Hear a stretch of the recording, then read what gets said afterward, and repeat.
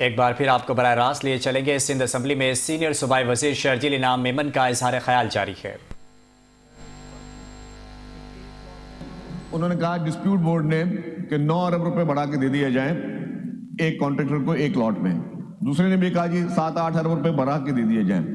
تو ہمارے پاس بہت آسان کام تھا، سرکار کا پیسہ تھا، ہمارا پیسہ نہیں تھا، جیب میں سے جا رہا تھا۔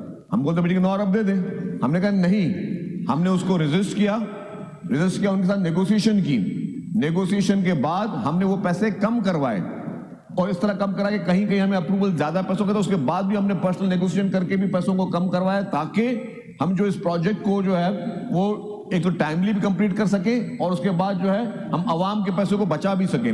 اس کے باوجود جب کانٹریکٹرز نہیں مان رہے تھے تو ایک تو اس کی بعد ڈیلے ہوئے، اس کے بعد کانٹریکٹ جو ہے وہ اس کو ٹرمینیٹ کیا گیا۔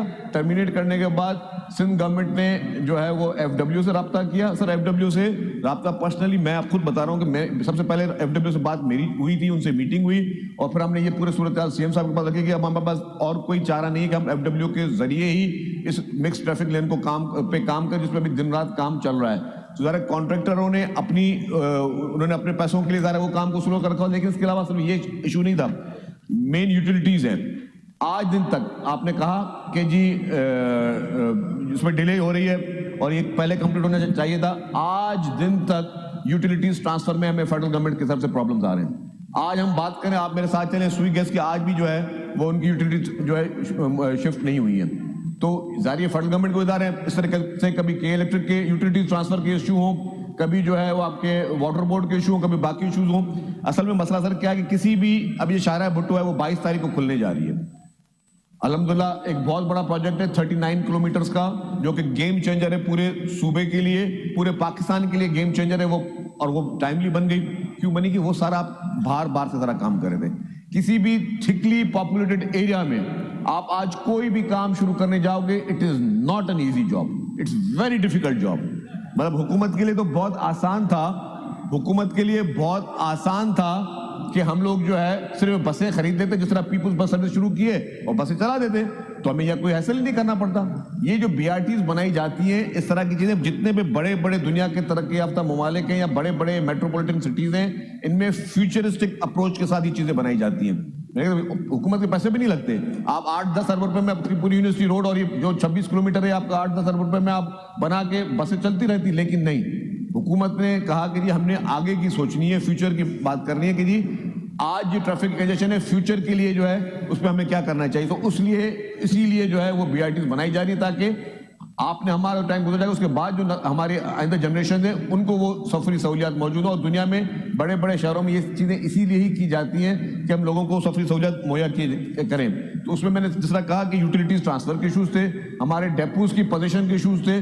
ڈیپوز کی پوزیشن ہمیں جو پہلے ملنی تھی، ہمیں سمجھے کہ کوئی ایک ہفتہ پہلے ڈیپو کی پوزیشن ملی ہے، تو وہ سارے ایشوز تھے ہمارے، جس کی وجہ سے اس پروجیکٹ کو ڈیلے ہوئی۔ لیکن اس پروجیکٹ کے ڈیلے کرنے میں کہیں سے کوئی بدنیتی، کہیں پہ کوئی سستی یا سست روی نہیں کی گئی۔ یہ جو کانٹریکٹ ٹرمینیٹ کیا اس کے بعد جو کام کیا، یہ بھی کوئی ایزی فیصلہ نہیں ہوتا ہے۔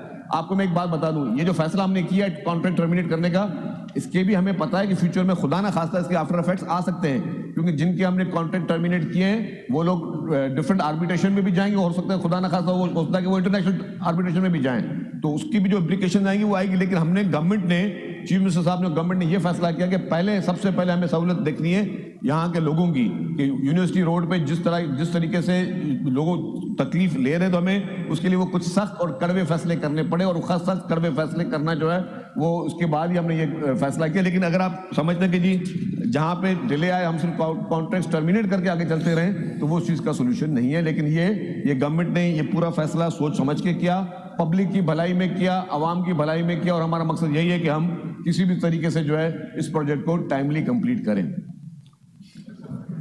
نیکسٹ کوشچن میں پوچھ لیجئے گا۔ کوشچن نمبر 523 ڈاکٹر فوزیہ حمید صاحبہ۔ بہت شکریہ اسپیکر صاحب۔ کوشچن نمبر 523 اجلاس جاری ہے۔ سینئر صوبائی وزیر شرجیل انعام میمن اظہار خیال کر رہے تھے۔ انہوں نے کہا کہ red line B R T کے بہت سارے ایشوز تھے، عوام کے پیسے بچانے اور منصوبے کی جلد تکمیل کے لیے کانٹریکٹ تبدیل کیا گیا۔